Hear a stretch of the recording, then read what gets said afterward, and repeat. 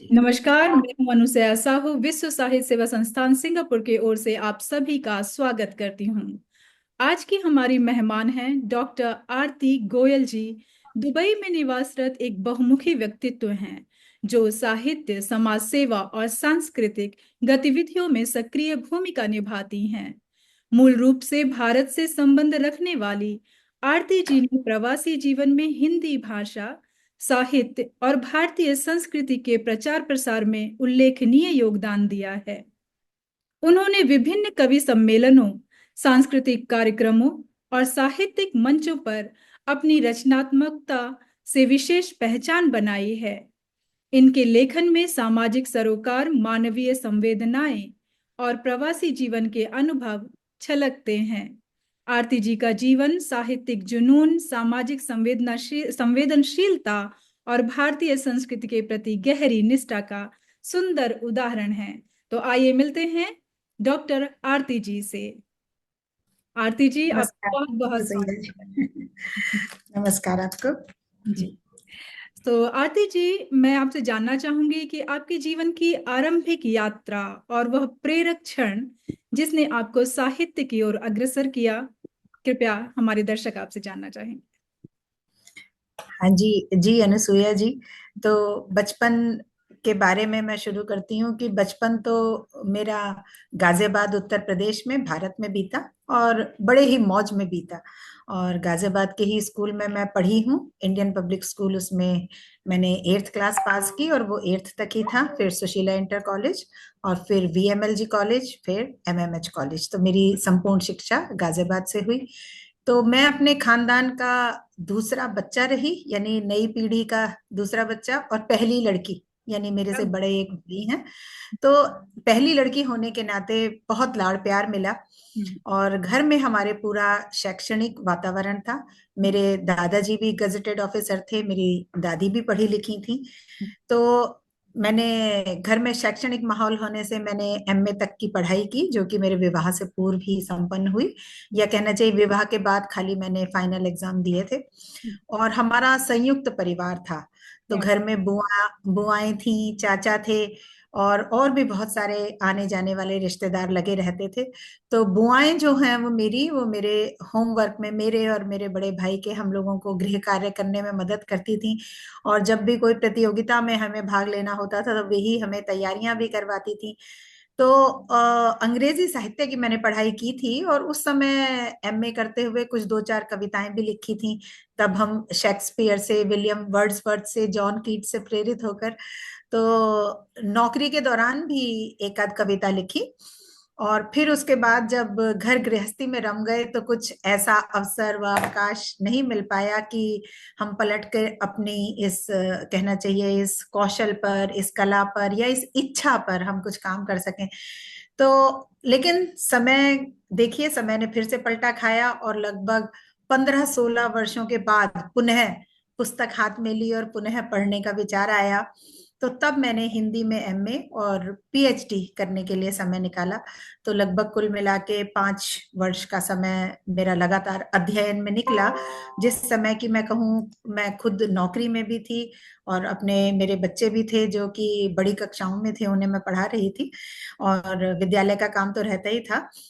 तो ये दोनों डिग्रियां हासिल की, और फिर इस चाहत ने, कहना चाहिए कि जोर से सिर उठाया कि जो समय मैंने अपने प्रतिदिन की दिनचर्या में से निकाला है, तो उसी समय को मैं, अब मेरी पढ़ाई हो चुकी है PhD तक, तो मैं अब उसे लेखन में उसको लगाऊं, है ना, उसको किसी अन्य कार्य में या खाली मनोरंजन में अपने न लगाऊं। तो जो कभी युवावस्था से जो चाहत रही थी कि मैं कुछ लिखूं, और कुछ छिटपुट लिखा भी था पहले, तो वो जो कहीं ना कहीं अंदर वो बीज जो है वो तो बचपन से था ही। और जैसे ही उसे समुचित खाद पानी जो मिला, जिसकी उसे आवश्यकता थी, तो वो प्रस्फुटित हो गया। तो इस तरह से मेरा लेखन, मैं कहूंगी कि 2013 में मैंने गंभीर रूप से जिसे लिखना कहते हैं, तो 2013 में अपनी थीसिस जमा कराने के बाद मैंने लिखना शुरू किया। तो इस बहुत तरह से मेरी साहित्य की यात्रा रही। जी, बहुत खूब बात जी है। ऐसा होता है कि जिस क्षेत्र से हम जुड़े हुए होते हैं, लगाव होता है, वो कभी ना कभी जीवन में हमारे उतर ही आता है। और जैसे ही मौका मिलता जी है हम उसे अपने जीवन में ले ही आते हैं। जी, बहुत ही जी, सही खूबसूरत कहा आपने। यात्रा रही आपकी। तो मैं आपसे और जानना चाहूंगी कि क्या आपके बचपन की कोई स्मृति आज भी आपके लेखन की प्रेरणा का स्रोत है? जैसे कि आपने बताया कि संयुक्त परिवार में थी आप, तो क्या रिश्तों के बारे में आपने कभी कुछ लिखा ऐसा, और या उनकी प्रेरणा रही आपको, रिश्तों की प्रेरणा मिली आपको साहित्य से लगाव रखने के लिए या लेखन कार्य के लिए? जी अनुसुईया जी, आपने बिल्कुल कहना चाहिए कि मेरे लेखन की ना समरी, उसका सार सार आपने अपने प्रश्न में उतार दिया है। जी बिल्कुल, क्योंकि जैसे संयुक्त परिवार में रही तो बहुत सारे रिश्ते, मतलब शायद ही कोई रिश्ता ऐसा छूटा होगा। हम हमारे ताऊ भी थे, ताऊ जी भी थे, चाचा भी थे, बुआ भी, मौसी भी, मामा भी, सभी तरह के रिश्ते। और घर में जैसा मैंने कहा कि बहुत सारे रिश्तेदारों का आना जाना भी लगा रहता था, क्योंकि हम शहर में रहते थे। तो कुछ गांव से लोग आते थे, कुछ दूर दूर से आते थे कुछ इलाज कराने के लिए। तो मैं जैसे अपने बचपन की स्मृति में से कहूँ तो मेरी दादी की जो बातें हैं और उनकी यादें मेरे लिए बहुत बड़ी प्रेरणा स्रोत रही हैं। उन्होंने मानसिक तौर पर जो है, उनकी उनकी ये कहना चाहिए कि उनकी अपब्रिंगिंग की या बच्चों को पालने का उनका ये मूल आदर्श था कि उन्होंने कि बच्चे जो है मानसिक तौर पर सुदृढ़ होने चाहिए। तो उन्होंने हमें बलवान बनाया और यह सिखाया कि ना तो किसी से दबो और ना किसी को दबाओ। तो दोनों ही काम गलत हैं। अगर हम दब जाते हैं तो वो भी गलत है। तो हम पोते पोतियों को पालते हुए, जो मेरी दादी का सूत्र वाक्य था जो मैं हमेशा याद करती हूँ, कि वो कहती थी कि पहले छेड़ो मत और कोई छेड़े तो छोड़ो मत। छोड़ो मत। तो जी। तो उस समय की बात अगर आप सोचें तो जैसे कि आप समझ ही सकती हैं कि मेरा बचपन किस समय में रहा होगा। तो 1970s और 80s की मैं बात कर रही हूँ। तो लड़के लड़कियों में बहुत भेदभाव भी किया जाता था, लेकिन हमारे घर में ऐसा बिल्कुल भी कोई माहौल नहीं था। बल्कि मैं कहूंगी कि भेदभाव था तो इस मायने में था कि लड़कियों को ज्यादा महत्व दिया जाता था। तो लड़के कहीं पिछड़ा हुआ महसूस करते थे अपने आप को। तो मैं अगर अपनी दादी की बात करूं तो वो, मैं जब भी उनके व्यक्तित्व के बारे में सोचती हूँ तो मैं ये महसूस करती हूँ कि वो अपने समय से बहुत आगे थी।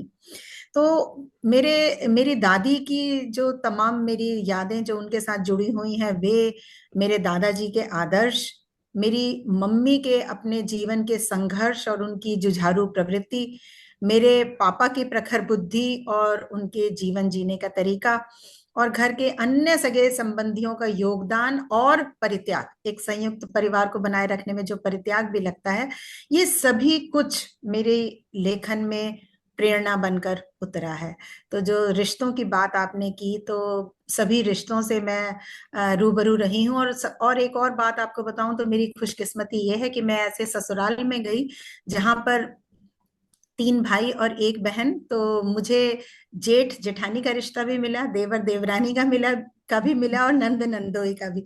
तो सभी रिश्ते जैसा कि भगवान ने शायद लिख के भेजा था। तो संबंधों की अच्छी पड़ताल करने का मुझे खूब अवसर मिला। और ज्यादातर मेरे मानवीय संबंध और आप मानवीय अपने रिश्ते मायके में पूरी तरह सबसे से। बड़ी थी या छोटी थी? मैं मायके में भी बीच की हूँ, एक मेरा बड़ा भाई है और एक छोटा भाई है। अच्छा अच्छा। जो सगे भाई हैं 2 हैं, और इसके अलावा जो मेरी बुआओं की बेटियां हैं या चाचा की बेटियां हैं, सबसे बहुत गहरा नाता है मेरा। और सब, मतलब हमने कभी अपने बचपन में कजन शब्द नहीं सुना था। तो हम तो सबको भाई और बहन ही कहते थे। तो जैसे जैसे बड़े होते गए और अंग्रेजी समझते गए तो हमें ये कजन शब्द का जो कॉन्सेप्ट है वो समझ में आया। तो तब उसके लिए हिंदी का शब्द भी पता चला कि अच्छा, चचेरे भाई हैं, ये फुफेरे भाई हैं, ये ममेरे भाई हैं। लेकिन हम सबको भाई ही कहते थे, भैया ही कहते थे, और ज्यादातर तो मेरे से छोटे ही हैं। तो वो भी सब बिल्कुल सगी बहन की तरह से ही दीदी कहते हैं। तो इस वजह से एक बड़े परिवार में पालन पोषण हुआ, तो बड़े परिवार का स्नेह मिला। और वही सब जो है, कहते हैं कि धीरे धीरे जैसे सीखा, और सीखने के साथ साथ कहीं ना कहीं लेखन में वो थोड़ा तो उतर के आया ही है। वो संस्कार तो उतर कर आते ही हैं, जो हम देखते हैं, जो देखकर बड़े हुए होते हैं, हमारे लेखन में वो झलकता ही है। जी। जी, सही कहा। बहुत खूबसूरत आपके जो संयुक्त परिवार की बात की, तो आपको देखकर ऐसा लगता है कि संयुक्त संयुक्त परिवार में रहकर, और उस समय आपने जैसे बताया कि आपकी दादी जो हैं वो काफी आगे थी, लड़कियों को महत्व देती थी और जो बातें सिखाती थी वो जीवन के लिए बहुत ही प्रेरणादायक होती थी, कि पहले छेड़ो मत, अगर कोई छेड़े तो फिर छोड़ो मत। ये छोड़ो जी मत। बहुत काम आता है। मतलब हम जी विश्व के किसी भी कोने में चले जाएं, ये जो स्टैंजा आपने बताया है, ये बहुत ही मूल्यवान लगता है कि हर बच्चे को सीखना ही चाहिए। और जी भारत का बिल्कुल सही। जो मूल मंत्र है वो भी यही है कि आप जी पहले छेड़ो मत, मतलब जी, राष्ट्रनीति भी आप कह सकती पहले हैं, अपने आप बिल्कुल। को सिखाओ, लेकिन अगर कोई वार करे तो फिर उसे छोड़ो भी मत। बिल्कुल बिल्कुल जी, आपने बिल्कुल सही कहा। मेरी दादी के वाक्य को आपने राष्ट्रनीति से जोड़ दिया। बिल्कुल सही। आपने कहा तो हाँ, मेरा भी ध्यान इस ओर गया कि हाँ, हमारे भारत देश की भी यही परंपरा है। बिल्कुल। अब कि जी आप अपनी दादी की बात कर रही हैं तो मुझे भी अपनी दादी की बात याद आई कि वो भी बहुत ज्यादा सुदृढ़ थी परिवार को लेकर चलने में, जिस तरह से उनके 6 बच्चे थे। और हमने देखा है उनको कि वो किस तरह से 6 बहुओं को कंट्रोल करती थी, मतलब अपने घर को कंट्रोल में रखती थी। और उनका एक भी सूत्र में बांध कर, है ना, तो वो कहीं बिल्कुल। ना और कहीं उसके वो लिए लोग एक अनुशासन कहते भी जरूरी थे कि अगर दादी, अगर आप पॉलिटिक्स में होती तो इंदिरा गांधी की जगह पर आप ही होती। तो वो बहुत बढ़िया, लोग- हाँ, बहुत खूब। आप जी चलाती हैं घर को, और जिस तरह से लोग आपकी सुनते हैं, मतलब ये एक पावर होता जी है कि आप जी अपने घर को ऐसे कि लड़का भी सुन रहा है, बहुएं भी सुन रही हैं। नहीं तो आजकल हमसे 2 बच्चे पाले नहीं जाते हैं, मतलब जी। ऐसा लगता है और कि वो हमारी सुने। जी और ये नारी सशक्तिकरण की जो बात करते हैं हम, देखिए आपकी दादी उसका कितना बेहतर उदाहरण थी। आज हम पढ़ लिख के नौकरी करके भी शायद उतना सशक्त नहीं महसूस कर जी पाते हैं बिल्कुल। जितनी हमारी दादी और उस जमाने की क्योंकि वो स्त्रियां थी। कहीं ना कहीं शारीरिक रूप से और मानसिक रूप से बहुत सुदृढ़ थी। उस समय का जी खान पान और उस समय के जो भी संस्कार दिए जाते थे वो बहुत मजबूत होते थे। वो बच्चे डिप्रेशन में नहीं जाते थे, मुझे लगता है दादी तो हमारी जी ला देती थी, सबको डांट देती थी, डिप्रेशन में कभी नहीं जाती थी। जी जी बिल्कुल। ये भी आज के समाज की और आज के एकल परिवारों की, इनकी ही देन है कि एग्रेशन और डिप्रेशन, ये दोनों ही चीजें उसी की देन है। सही कह रही हैं आप, बिल्कुल। बिल्कुल। मतलब बच्चे उनका गुस्सा भी समझ पा रहे हैं और उनका प्यार भी समझ पा रहे हैं, मतलब हर चीज उनकी समझ से भरी हुई है, और वो हम तक आ भी रही है कि मतलब हम उन्हें समझ पा रहे हैं। तो ये जो जी बिल्कुल। कम्युनिकेशन जो लोग कहते हैं कि आजकल गैप है, वो उस समय इतना क्लोज था कि ना उनका गुस्सा हमें गुस्सा लगता था और उनका प्यार हमें बहुत ही ज्यादा प्यार लगता था। जी बिल्कुल सही कहा आपने। तो दुबई दुबई में प्रवासी जीवन ने आपके दृष्टिकोण और रचनात्मकता को किस प्रकार समृद्ध किया है? तो दुबई में क्या क्या किस तरह का माहौल है साहित्य को लेकर? हाँ जी अनुसुईया जी, जैसे दुबई के बारे में बात करूं तो दुबई में मेरा सन 2000 में आना हुआ। और जब मेरा आना हुआ तो मैं दिल्ली में ऑलरेडी सरकारी नौकरी में थी, सरकारी नौकरी कर रही थी, स्कूल में थी, विद्यालय में, एनडीएमसी के। और मेरे श्रीमान जी भी प्राइवेट कंपनी में ऊंचे ओहदे पर थे। मतलब कि घर भी अपना था, नौकरी भी सरकारी थी, जिसमें कि आपको सेवानिवृत्ति के बाद आपको पेंशन भी मिलनी है। 2 छोटे बच्चे थे, तो सब कुछ लगभग सेट ही था। लेकिन फिर भी जब किस्मत आपका रास्ता बना रही होती है तो आपका काम सिर्फ उस पर चलना ही होता है। तो वहां जीवन नहीं एक लिखा होता। निश्चित जी, तो जीवन तो एक निश्चित ढर्रे पर चल रहा था। तो लेकिन जब 2000 में मेरे पति देव को यहाँ से बुलावा आया एक नौकरी के लिए, अच्छी नौकरी के लिए, तो जीवन अच्छा चलने के बावजूद भी और अच्छे जीवन की संकल्पना कौन नहीं करता। तो हमने भी सोचा चले इसे भी आजमा कर देख लेते हैं। तो शुरू शुरू में तो 2 वर्ष की मैंने सरकारी नौकरी से छुट्टी ली और हमारा यहाँ पर आना हुआ। फिर उसके बाद जब हमें लगा कि नहीं, हम शायद यहाँ पर कुछ और वक्त निकालना चाहेंगे, तो फिर मुझे सरकारी नौकरी से त्याग पत्र देना पड़ा। तो यहाँ जब 2 साल में रहे तब, और उसके बाद जो, अब तो 25 साल पूरे हो गए हैं यहाँ रहते हुए, तो यहाँ पर जीवन को कुछ अलग ढंग से देखा। तो जैसे जब हम भारत में होते हैं, अपने पड़ोस में बहुत समय से रह रहे होते हैं, अपनी नौकरी में उन्हीं उन्हीं लोगों से ही हमारा, तो कहना चाहिए कि हमारा दायरा बहुत सीमित रहता है। तो वो दायरा बहुत बढ़ गया बाहर आने पर। तो अपने अपने नजरिए से देखना और दूसरों के चश्मे से भी बिल्कुल। दुनिया को देखना, तो वो बहुत, कहना चाहिए, अनुभव बिल्कुल अलग ढंग के अनुभव हुए। तो यहाँ हमने प्रवासियों के संघर्ष देखे, नई मिट्टी में जड़े जमाने की जो एक भारतीय की जद्दोजहद होती है वो देखी। घर छोड़ने के सबके अलग अलग उद्देश्य हैं।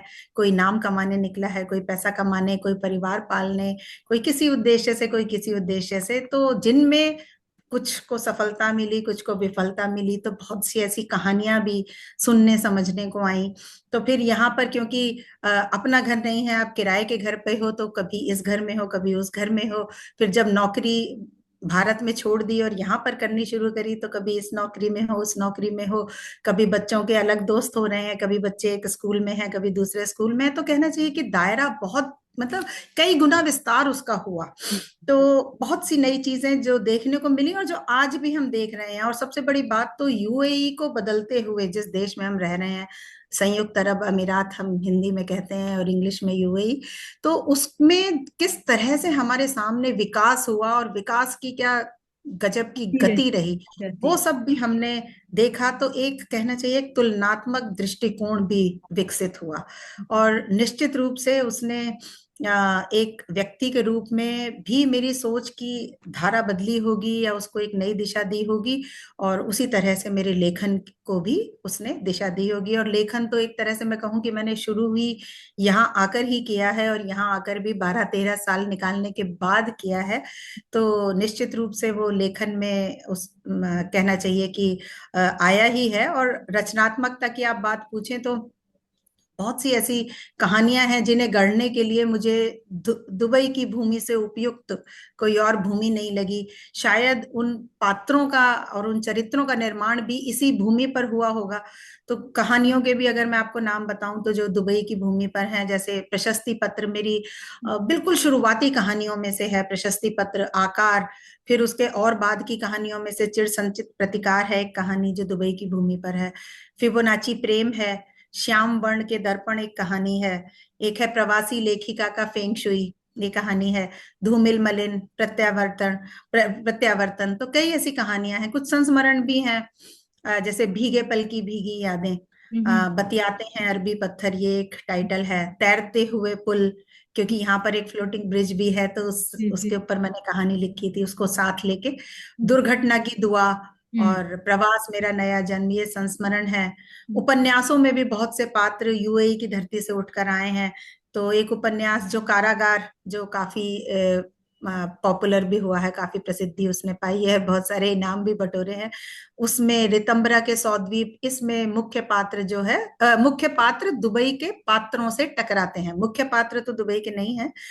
पर एक उपन्यास जो है निर्जल सरसिज, मैं आपको उसका बुक भी दिखा सकती हूँ। तो ये जो निर्जल सरसिज है, ये पूरा का पूरा उपन्यास यूएई की भूमि पर रचा गया है। मतलब इसके मुख्य पात्र और उसके कह सकते हैं कि प्रवासी साहित्य आपने लिखा है।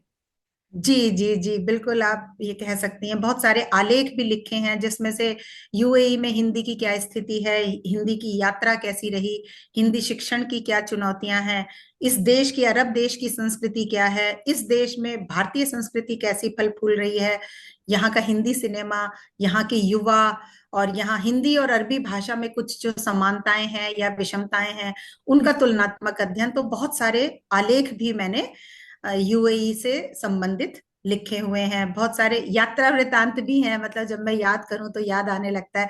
जैसे यहाँ आबू धाबी में लोवोर म्यूजियम है, उस पर मेरा वृत्तांत लिखा हुआ है। खोरफक्कन लिखा हुआ है, वो एक टूरिस्ट प्लेस है। बैप्स मंदिर जो अभी 2 साल पहले खुला है, उस पर मेरा एक आलेख है। तो बहुत सारे, दुबई के मंदिर पर कविता भी है मेरी, जो यहाँ का राष्ट्रीय वृक्ष है, गाहफ हम कहते हैं, और जिसको हमारे राजस्थान में भी पाया जाता है, खेजड़ी कहते हैं राजस्थान में। तो उस वृक्ष पर भी मेरी कविता है। रेतीले स्थान पे पैदा होता है, तो राजस्थान में जी भी जी है जी। जी, राजस्थान में भी पाया जाता है। तो वो यहाँ का राष्ट्रीय वृक्ष है, क्योंकि यहाँ भी मूल रूप से सब जगह रेत ही रेत है। तो बाकी आपको दिखाई देगी हरियाली चारों तरफ जब आप आएंगी तो, लेकिन है उसके नीचे तो रेत ही है। तो बहुत सारी कविताएं भी हैं जो एक प्रवासी दर्द को भी बताती हैं। जैसे छोड़ चले कदमों के निशान, एक कविता मैंने लिखी थी। वतन से दूर है एक कविता का नाम, एक कविता का शीर्षक है हिंद का गौरव हिंदी। तो मतलब लेखन में क्योंकि शुरू ही प्रवास में किया, तो बहुत लेखन में प्रवास के बारे में बहुत सी बातें आई हैं। बिल्कुल आपने जो प्रश्न पूछा तो मैंने शायद सारा लेखन आपके सामने रख दिया। बहुत खूबसूरत, इतना लेखन आपने किया और सारा प्रवासी लेखन किया कि इंसान जो देखता है, जैसे विचार आपके उगे, आपने उसे कलम से अपने के पुस्तक पर उतारती चली गई। तो ये एक बहुत अच्छी, जब कहते हैं ना कि लेखन की विधा जब आती है आपके अंदर और लिखने की प्रेरणा जब आती है, तब आप जो भी आंखों के द्वारा देखते हैं और दिमाग के द्वारा समझते हैं वो सब उतारने का मन करता है, और आपने उतार कर रख दिया। तो मैं आपसे अब ये जानना चाहती हूँ कि विदेश में हिंदी भाषा और संस्कृति को संजोने के प्रयासों में आपने किन चुनौतियों और सफलताओं का अनुभव किया। आपने बहुत कुछ देखा वहां पर, लेकिन जब भारत से वहां पर पहुंचे आप, तो पहुंचने के बाद फिर जो अंतर हुआ, कुछ चुनौतियों का सामना करना पड़ा वहां पे बच्चों के एजुकेशन स्कूल में डालने पर, या आपने जब जॉब ढूंढी तो किस तरह की चुनौतियों का सामना करना पड़ा। जी, आपने बिल्कुल बहुत अच्छा प्रश्न पूछा, क्योंकि अब मैं कहूंगी कि हमारे तो रक्त में हिंदी घुली हुई है, तो जिह्वा पर अनायास ही जब भी बात करो तो हिंदी ही निकल के आती है। तो बहुत सफलताएं और चुनौतियां, जी बिल्कुल दोनों रही। तो सबसे पहले मैं चुनौतियों का जिक्र करती हूँ, फिर सफलताओं का भी करती हूँ। कि जब चुनौती एक इस तरह से रही कि जब शुरू शुरू में हम अपनी बेटी का एडमिशन कराने पहुंचे, तो उन्होंने कहा कि आपकी बेटी तो बहुत अच्छा हिंदी बोलती है, इतनी अच्छी हिंदी तो यहाँ के बच्चे बोलते ही नहीं है, तो हिंदी आप इसे घर में भी सिखा लेंगे, तो आप इसको फ्रेंच सिखाइए।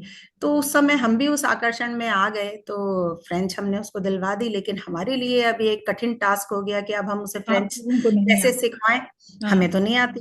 तो हाँ। उसके लिए उस समय तो कोई इंटरनेट का भी इतना, सन 2000 में इंटरनेट का भी इतना नहीं था कि ये इंटरनेट से आप सीख लो। आज तो वो सुविधाएं भी हैं। तो तब हमने जो है, अच्छा अरबी भाषा भी कंपलसरी थी। तो अ, तो हमने अरबी भाषा तो पढ़नी पढ़नी है, यहाँ पर बच्चों को 9वीं कक्षा तक पढ़ना अनिवार्य है। तो दोनों के लिए हमने पुस्तकें खरीदी कि अरबी भाषा, हिंदी से अरबी कैसे सिखाएं, और हिंदी से या अंग्रेजी से फ्रेंच कैसे सिखाएं। तो ये एक, कहना चाहिए, एक चुनौती रही। लेकिन उस चुनौती से हमने जल्दी ही उबर गए हम, और हमने ये महसूस किया कि फ्रेंच फिर भी बाद में बच्चा सीख सकता है, लेकिन हिंदी से नहीं कटना चाहिए। तो मैंने अपनी बेटी को फ्रेंच 2 साल के अंदर ही फ्रेंच से बदलकर पुनः उसको हिंदी दिलवा दी। और वो उसने क्लास में बिल्कुल पिछड़ा हुआ महसूस नहीं किया, क्योंकि घर में वो हिंदी बोलती ही थी, और पहले से ही वो जितना फोर्थ ग्रेड में हिंदी पढ़ाई जा रही थी, उतनी हिंदी उसको शायद फर्स्ट ग्रेड में भी आती थी। तो वो बहुत अच्छे से कोप अप कर पाई। तो यहाँ पर भी सीबीएसई स्कूल हैं, उनमें हिंदी पढ़ाई जाती है द्वितीय भाषा के रूप में। और द्वितीय भाषा के रूप में भी विकल्प रहता है, जैसे हिंदी भी, हिंदी, फ्रेंच, और कुछ कुछ विद्यालयों में जर्मन, मलयालम, उर्दू, बंगला, इन सब की भी ऑप्शन रहती है। तो आप कोई भी भाषा चूज कर सकते हैं। तो हमने जैसे शुरू में फ्रेंच की, फिर हिंदी करा ली। फिर बेटे के साथ तो हमने ये एक्सपेरिमेंट किया ही नहीं, और हम पूरे दृढ़ थे कि वो तो हिंदी हिंदी में ही लेकर। पढ़ेगा, जी वो जी। तो हिंदी ही पढ़ेगा। तो अब एक हिंदी शिक्षक के तौर पर भी मुझे चुनौती महसूस हुई, क्योंकि जब हम दिल्ली में, मैं पढ़ा रही थी, तो वहां तो सारे बच्चे दिल्ली के ही थे, सब सब बढ़िया से हिंदी बोलते थे। करेक्ट करेक्ट यहाँ पर जो जो हमारे डीपीएस स्कूल में मैंने काम किया है लगभग 21 साल, तो जो बच्चे यहाँ पर थे वो तो नॉर्थ इंडिया के नहीं थे, हिंदी बोलने वाले सारे नहीं थे, मतलब थे हिंदी बोलने वाले भी, लेकिन अहिंदी भाषी बच्चे भी थे।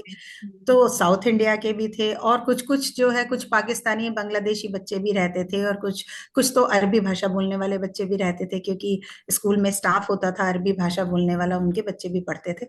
तो उनको हिंदी सिखाना जो है वो एक चुनौती के समान आया। लेकिन तब नए नए तरीके हमने वो लर्निंग बाय डूइंग और एक्टिविटी के मेथड से, हैंड्स ऑन एक्टिविटी और कुछ कुछ इस तरह का डेवलप किया, कुछ खेल डेवलप किए, जिससे कि हिंदी पढ़ाना बच्चों को सिखाया। और अब हिंदी बोलने के स्तर पे भी जो टूटी फूटी हिंदी बोल रहे हैं उसको स्वीकार करना, वो भी एक हमारी मजबूरी रही।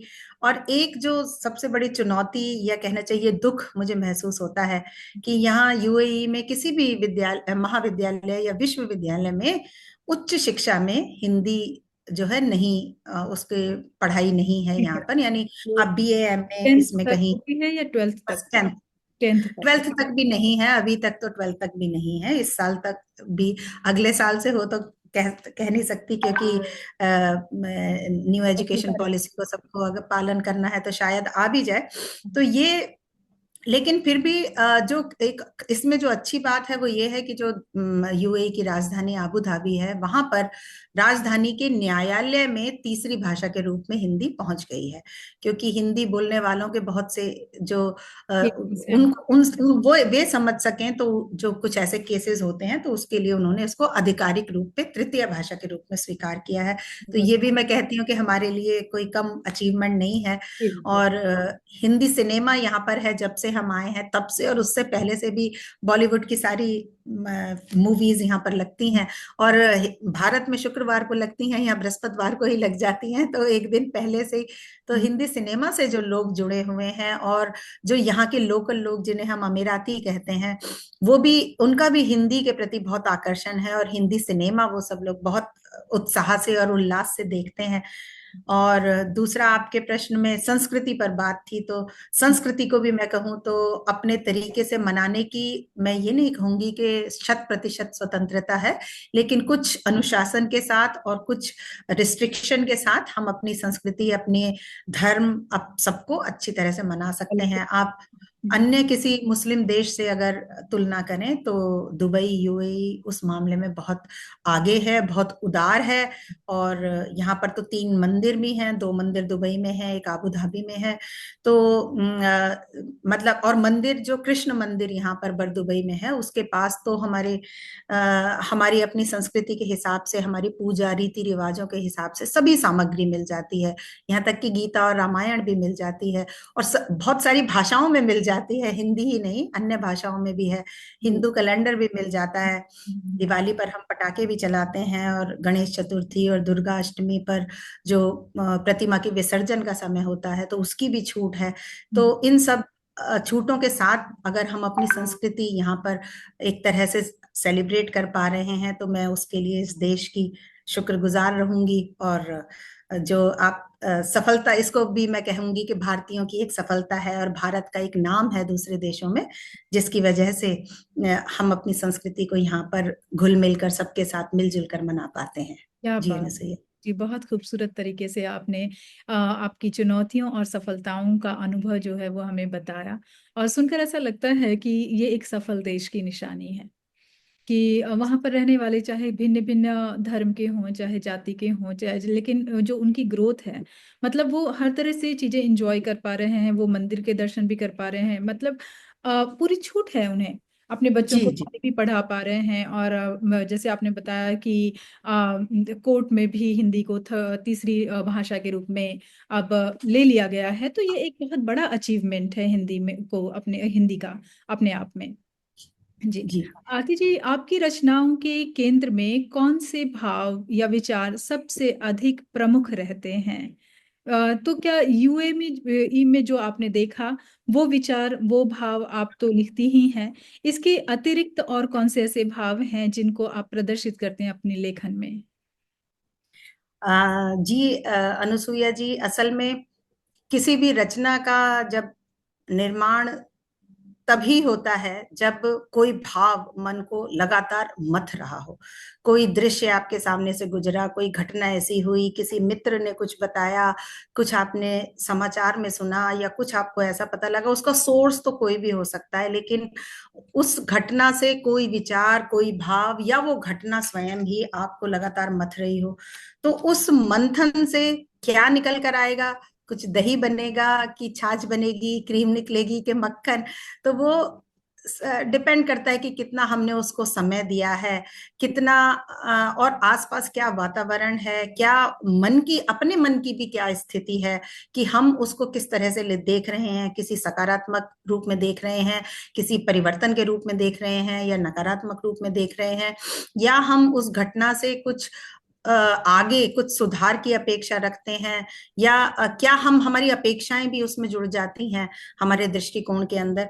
तो ये सभी मिलकर जो है एक रचना का जब निर्माण करते हैं तो जो हमारे मन में चल रहा होता है उन भावों को पिरोने के लिए भी फिर इस बात पर भी ये निर्भर करता है कि रचना हम किस विधा में रच रहे हैं, या जो भाव हमारे मन में हैं या जो हम चाहते हैं कि अपने शब्दों में ढाल के हम दूसरों तक पहुंचाएं, है ना, ये हमारी कामना रहती है। तो वो किस विधा में हम ज्यादा अच्छे तरीके से अपने भावों का संप्रेषण कर पाएंगे।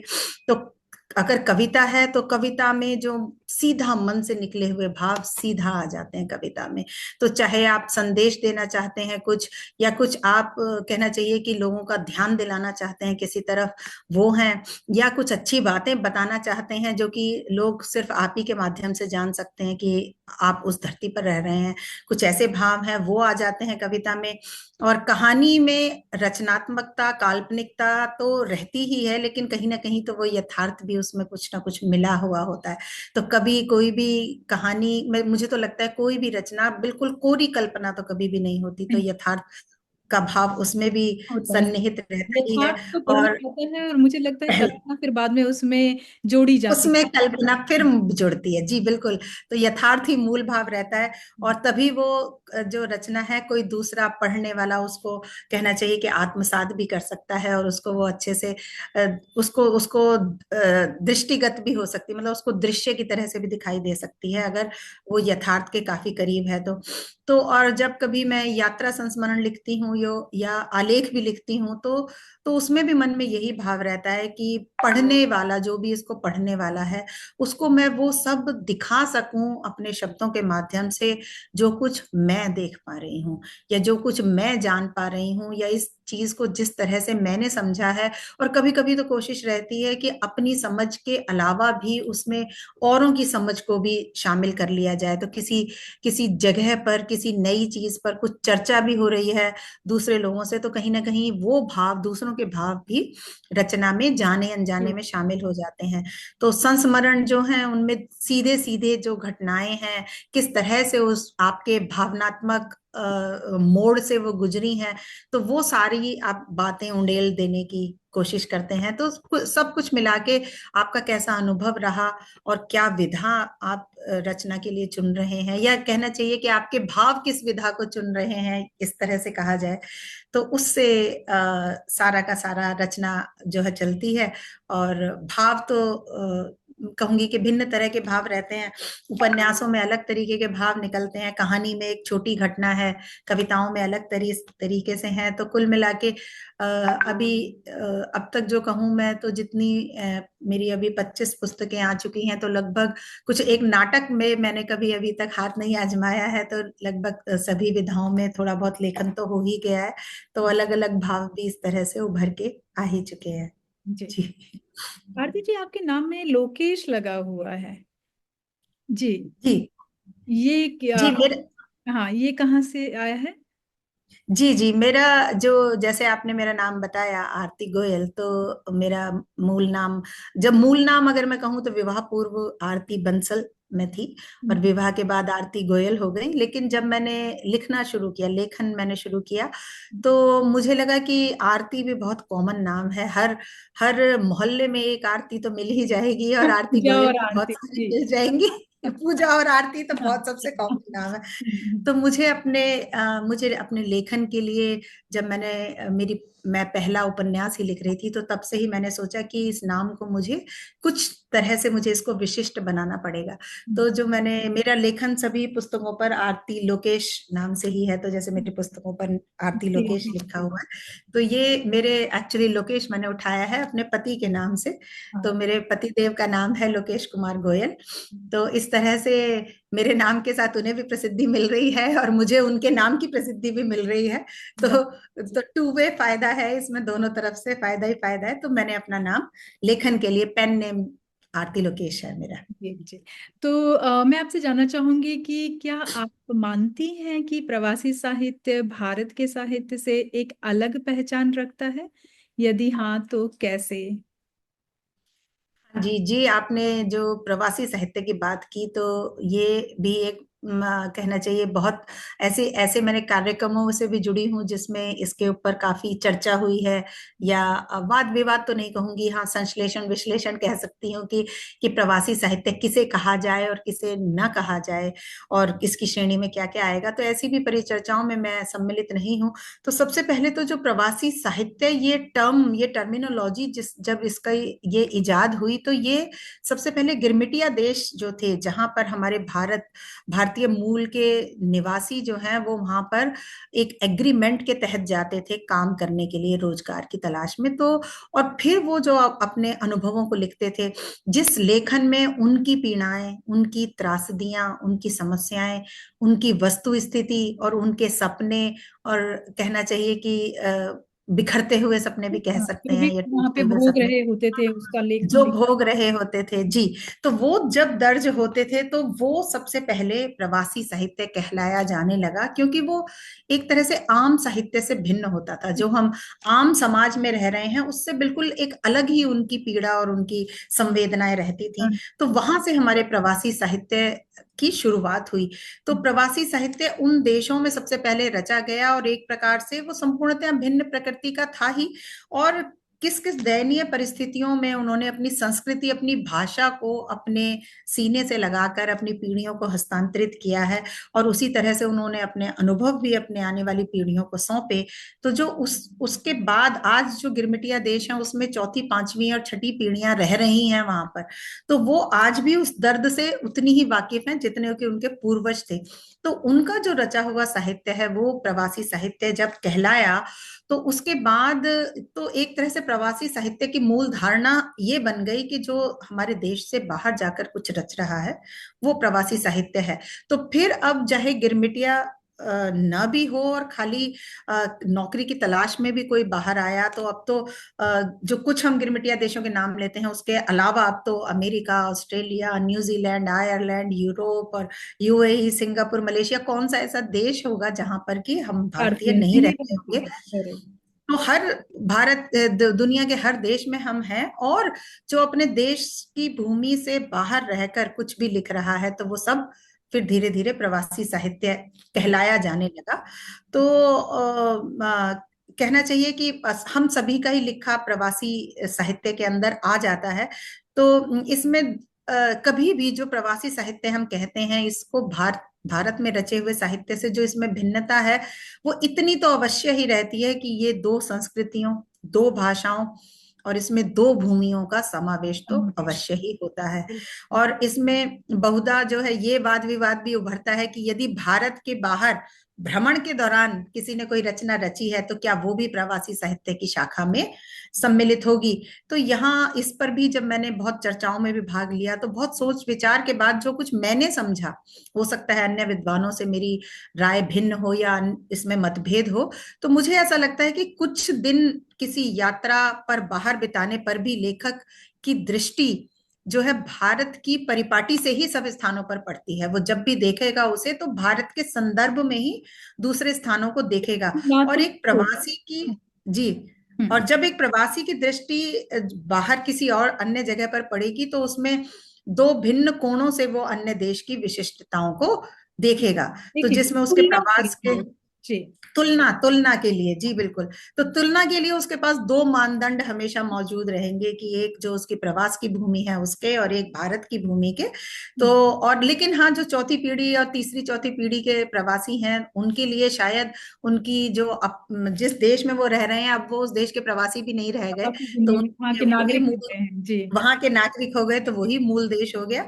तो वहां के मानदंड और मानक जो जुड़ जाते हैं, तो निश्चित रूप से जो ये है तो मूल साहित्य की एक धारा ही है, इसे हम बिल्कुल साहित्य से साहित्य है लेकिन वो हिंदी में लिख रहे हैं, वो हिंदी में लिख रहे भाषा हैं में जी, लिख रहे हैं, तो है तो अपनी भाषा साहित्य ही। जी। जी, साहित्य ही है। और कहना इसको प्रवासी साहित्य को मूल भारतीय साहित्य और हिंदी साहित्य की एक शाखा के रूप में हम इसको समझ सकते हैं। तो मेरा विचार कुछ है। तो मुझे ऐसा लगता नहीं है कि अंतर में हमें ऐसा कमतर समझना चाहिए, अंतर जरूर है लेकिन कमतर नहीं है ये। अंतर नहीं है, जी जी, बिल्कुल आपने सही कहा। जी। क्योंकि संवेदनाएं हर एक की अपनी होती हैं, वो इंसान जो साहित्य में उभर देखेगा के आती वही लिखेगा। हैं। जी राइट। तो वो देखने का मेन बात यह है कि वो लिखता किस तरह से है, वो अपने भाव प्रकट कैसे करता है। तो लेखन की लेखन में कोई कमी नहीं है, वो पूरी उसी तरह से उसी शिद्दत से लिख रहा है, उसी शिद्दत से भाव प्रकट कर रहा है जैसे भारत में रहकर लोग करते हैं। रही बात शब्दों की, तो मुझे लगता है कि उसके शब्द और ज्यादा डबल हो गए हैं, वो बहुत और दूसरी भाषा के शब्दों का भी इस्तेमाल कर लेता है और जी जी जी। वो ज्यादा विस्तार कर रहा है। तो ये किसी भी तरह से आप देखें तो ये कमतर नहीं है, ये साहित्य, प्रवासी साहित्य उतना ही बराबर है जितना कि भारतीय साहित्य। जी बिल्कुल। और कितने सारे प्रवासी साहित्य हैं जिन्हें जिनका हम नाम बड़े सम्मान से लेते हैं, है ना। प्रोफेसर हरिशंकर आदेश जी को भी हम प्रवासी साहित्य के रूप में जानते हैं। और मॉरिशस से कितने सारे साहित्य आते हैं, वो धुरंधर जी हैं, और भी बहुत सारे जो पहले के भी साहित्यकार हैं और आजकल भी लिख रहे हैं जिनका बहुत नाम है। तो बिल्कुल। तेजेंद्र शर्मा जी हैं, हंसादीप जी हैं, शैलजा सक्सेना जी हैं, बहुत सारे प्रवासी साहित्यकार हैं। आपके सिंगापुर से ही कितने सारे प्रवासी जी जी साहित्यकार हैं जो बहुत नाम कमा रहे हैं पूरे संसार में। जी, बिल्कुल बिल्कुल। तो जी। आरती जी, आज के डिजिटल युग में आप हिंदी साहित्य के प्रचार प्रसार को किस रूप में देखती हैं? जैसे सबसे पहले मैं कहना चाहूंगी कि चैट जीपीटी आ चुका है, हिंदी में आप जो भी सोचते हैं डालिए, कविता बनाकर दे देता है। उसमें कितनी आत्मा होती है जो आप सोच रहे होते हैं, या वो आत्मा नहीं होती है, और आपके लेखन से वो कितना अलग होता है, और इसका इस्तेमाल जो जिस तरह से लोग कर रहे हैं तो वो कितना सही है और कितना गलत, आपके विचार में जानना चाहूंगी। हाँ जी अनुसुईया जी, बहुत बढ़िया प्रश्न है ये। इसका मैं आपको मैं कहूंगी आपको फर्स्ट हैंड जो मेरा एक्सपीरियंस है, फर्स्ट हैंड अनुभव की बात बताती हूँ आपको। तो मेरी जो छोटी बुआ हैं, वो अक्सर बहुत सारे कार्यक्रमों में भाग लेती हैं। तो वहां पर उन्हें कुछ कविता पाठ करना है या कुछ गीत प्रस्तुत करना है, तो उनकी ये कोशिश रहती है कि मैं कुछ अलग हटके करूं। तो अक्सर वो मुझसे बात करती हैं कि मेरे लिए, भाई मैं उनकी भतीजी हूं तो उनका पूरा हक बनता है। तो वो कहती हैं कि मेरे को इस बात पर मेरे को एक कविता प्रस्तुत करनी है या एक गीत प्रस्तुत करना है, तो तुम मेरे लिए लिख दो। तो अक्सर मैं उनके लिए लिख देती हूँ। और चैट जीपीटी तो अभी नया नया ही आया है, तो पहले तो कोई ऐसी बात ही नहीं थी। तो अब कुछ ऐसा भी पीछे महीने 1.5 महीने पहले की ही बात है कि उनको कुछ चाहिए था। तो मेरे पास थोड़ी समय की कमी थी, तो मैंने सोचा अब सारी ही दुनिया चैट जीपीटी पर है, तो चलो मैं भी एक कोशिश ट्राई करके मारती देखती हूँ, हूँ। हाँ हाँ हाँ। तो जो उनको चाहिए था, मैंने उस हिसाब से चैट जीपीटी को कमांड दिया और हिंदी में कविता निकल के आ गई।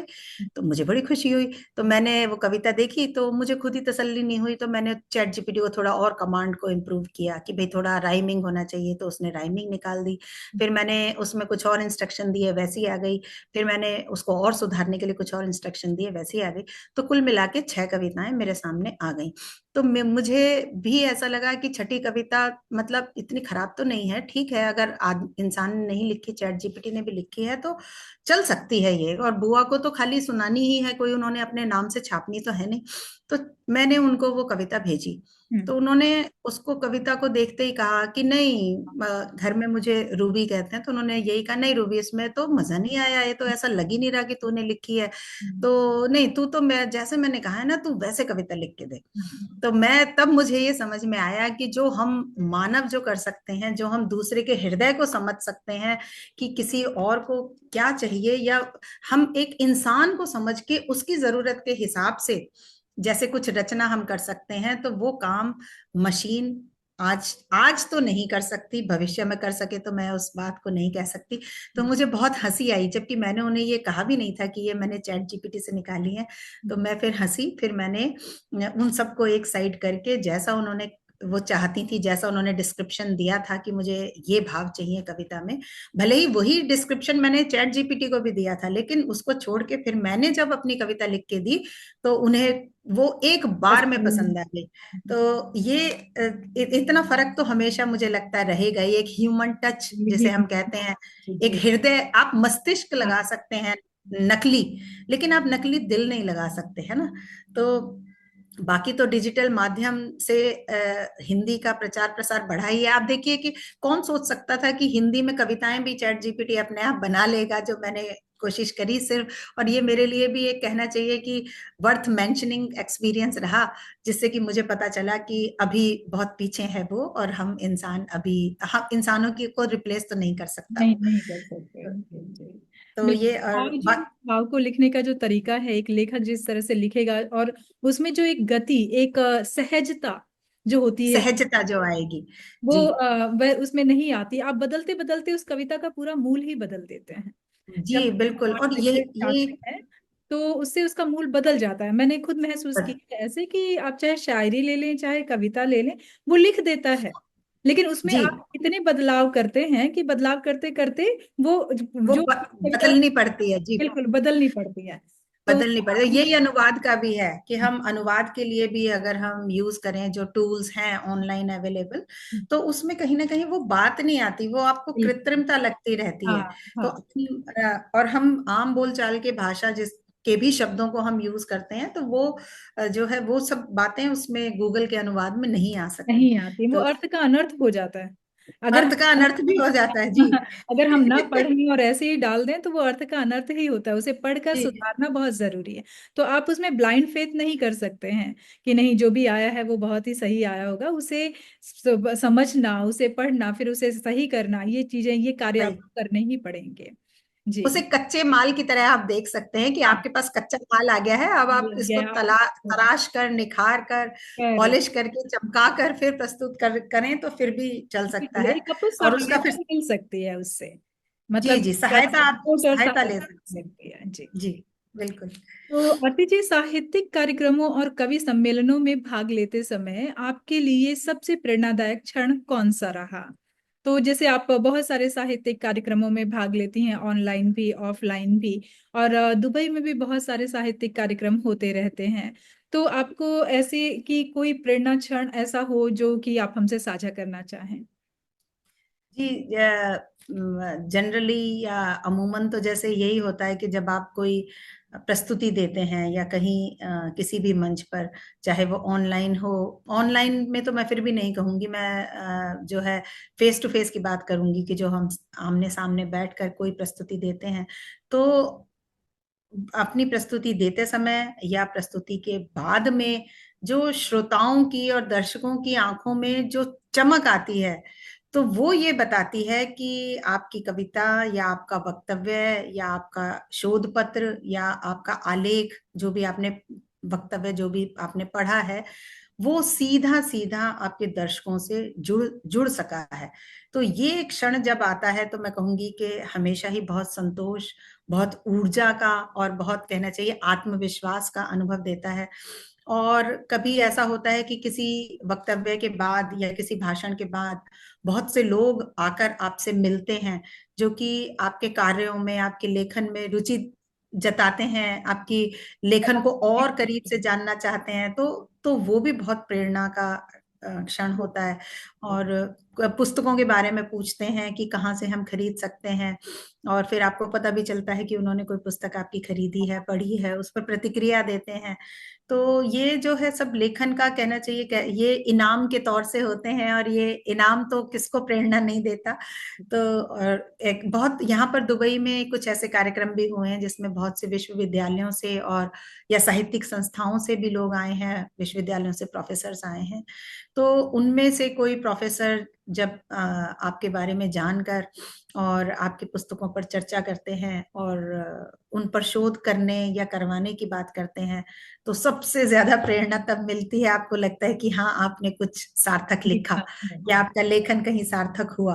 तो जी। उसके साथ साथ ही एक जिम्मेदारी का एहसास भी बढ़ जाता है कि आपके पाठक अब जो है एक आम पाठक की बजाय एक कुछ विद्यार्थी आपके पाठक बनने वाले हैं।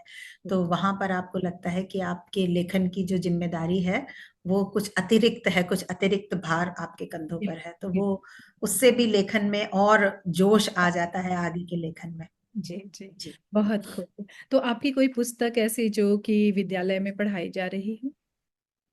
जी विद्यालय में पढ़ाई जाने के लिए तो कई विद्यालयों के पाठ्यक्रम में एक कहना चाहिए कि उनकी जो समितियां हैं वहां पर चर्चा में है, लेकिन अभी विद्यालय में पढ़ाई जाने का तो मैं अभी दावा नहीं कर सकती, लेकिन 3 शोध जो हैं पुस्तकों पर वो संपन्न हो चुके हैं। जैसे यूक्रेन में तरास शेवचेंको की राष्ट्रीय विश्वविद्यालय में जो है कहानियों पर शोध हुआ है। गुरु काशी विश्वविद्यालय में कहानी संग्रह सांझ की आंच और कुहासे के तुहिन पर शोध हो गया है। बाबा मस्तनाथ विश्वविद्यालय में से एक छात्रा ने संपूर्ण साहित्य पर शोध करके पीएचडी प्राप्त की है। और इसके अलावा मॉरिशस में कारागार जो उपन्यास है उस पर शोध चल रहा है। रमा देवी महिला विश्वविद्यालय भुवनेश्वर में भी कारागार पर ही शोध चल रहा है, वो सबसे ज्यादा पॉपुलर रहा है। और दक्षिण भारत हिंदी प्रचार सभा में भी कविताओं पर 3 कविता संग्रहों पर शोध चल रहा है। और कुछ शोध पत्र भी लिखे जा रहे हैं जो कि संपूर्ण साहित्य को समेटे हुए हैं। तो कुल मिला के मैं इस समय 3 पूरे हो चुके हैं शोध, और 4 जगह शोध चल रहे हैं। तो बहुत खूबसूरत। और ये बहुत बड़ी बात है, एक अपने आप में बहुत बड़ा अचीवमेंट है ये। धन्यवाद अनुसुईया जी। साहित्य जगत में आपका काफी अच्छा नाम है, और आपने काफी कह सकते हैं कि ख्याति आपने अर्जित की है साहित्य में। तो मैं आपसे जानना चाहूंगी कि आपकी दृष्टि में साहित्य समाज का कौन सा दर्पण प्रस्तुत करता है? साहित्य समाज का दर्पण होता है हम कहते हैं, तो आपके अनुसार कौन सा दर्पण प्रस्तुत करता है ये समाज का? जी अनुसुईया जी, देखिए दर्पण तो एक ही होता है कि जो उसको देख रहा है, दर्पण के सामने जो खड़ा है, तो दर्पण का काम है उसको उसका पक्ष दिखाना। तो यानी कि जो हम साहित्य में कहें तो जो पाठक जो पढ़ रहा है वो जिस समाज में रह रहा है वो उस समाज की विशेषताएं उसको समझ में आए। तो दर्पण होता है, और इसीलिए कहते हैं कि ये चित्र या तस्वीर की तरह झूठ बोलना नहीं जानता है ना। जो सच्चाई होती है ये उसको दिखाता है, इसका काम ही है सत्य को दिखाना, यथार्थ को दिखाना। लेकिन अगर दर्पण को किसी अंधेरे कमरे में रख दिया जाए जहां प्रकाश की एक किरण भी ना हो, तो ये सब कुछ दिखाने की क्षमता होते हुए भी कुछ भी नहीं दिखा पाएगा। देखने वाला ना उसमें खुद को देख सकेगा, ना अपने वातावरण को देख सकेगा, ना समाज को देख सकेगा। तो कुछ साहित्य की भी यही स्थिति हो रही है। और आज की जो कहना चाहिए वस्तु स्थिति ये है कि दर्पण भी इतने सारे हैं। अगर एक व्यक्ति दर्पण देखने निकलता है तो इतने दर्पण हैं कि वो किस किस दर्पण में देखे उसको ये समझ में नहीं आता। तो समाज के सामने दर्पण भी बहुत आ गए हैं। इसके अलावा जो साहित्य का जो दर्पण उचित प्रकाश में है, तो मैं कहूंगी कि कुछ सोने से मढ़ा हुआ दर्पण है। तो उसकी उसकी उसकी कुछ अलग ही कीमत है। उसकी कीमत जो है समाज को भी चुकानी पड़ रही है, और दर्पण भी बहुत कीमती हो गए हैं। तो ये एक कुछ ऐसे दर्पण साहित्य के रूप में आज हैं जिसमें समाज को सच्चाई दिखाने की बजाय समाज उसकी चमक दमक में खो जाता है, क्योंकि वो सोने में मढ़े हुए हैं। तो आज साहित्य भी समाज को वास्तविकता से थोड़ा सा दूर करके कोरे मनोरंजन देने का भी काम कर रहा है, ऐसा मुझे लगता है। तो बाकी अगर हम उसके फ्रेम से दृष्टि हटा लें, उसकी चमक दमक से दृष्टि हटा लें, और हम मूल तत्व पर अगर हम अपना फोकस बनाए रखें, तो वो आज भी समाज का आईना ही है साहित्य। पहले जैसे कहते थे, पहले क्या अभी भी बहुत सारे लोग इस चीज को फॉलो भी करते हैं कि सादा जीवन उच्च विचार।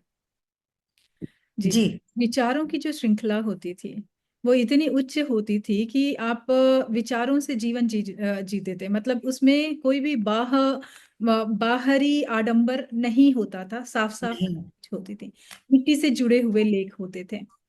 जी।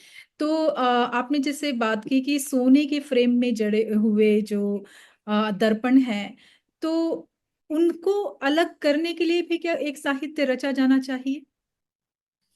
उनको अलग करने के लिए मैं कहूंगी साहित्य रचने की बजाय हमें आलोचना की कसौटियों को जो है ना उनका पुनर्निर्माण करना होगा। और आज कहीं जो हमारा सोशल मीडिया का जमाना है, तो वो आलोचना की जो विधा बड़ी सशक्त विधा होती थी। हम समीक्षा आज हम आलोचना का नाम हमने समीक्षा इसीलिए रख दिया है कि वो खराब ना महसूस किया जाए, उसको अच्छा ही महसूस किया जाए, और फिर सब उसमें अच्छा ही अच्छा लिखा जाता है जिसमें मैं कहती हूँ कि हम सभी भागीदार हैं उसके अंदर। तो उन कसौटियों को दोबारा से देखने, जांचने पर रखने और आलोचना को पुनर्स्थापित करने की जरूरत है। तो मैं इसको इस तरह से संक्षेप में कहूंगी कि साहित्य की ये जो महत्वपूर्ण विधा है, ये वापस जो है पुनः प्रकाश में आनी चाहिए, जिससे कि साहित्य का सही मूल्यांकन हो सके और सही दर्पण बिना लाग लपेट के हमारे सामने आ सके। बिल्कुल आपने सही कहा कि अति जो होती है वो हर चीज की बुरी होती है।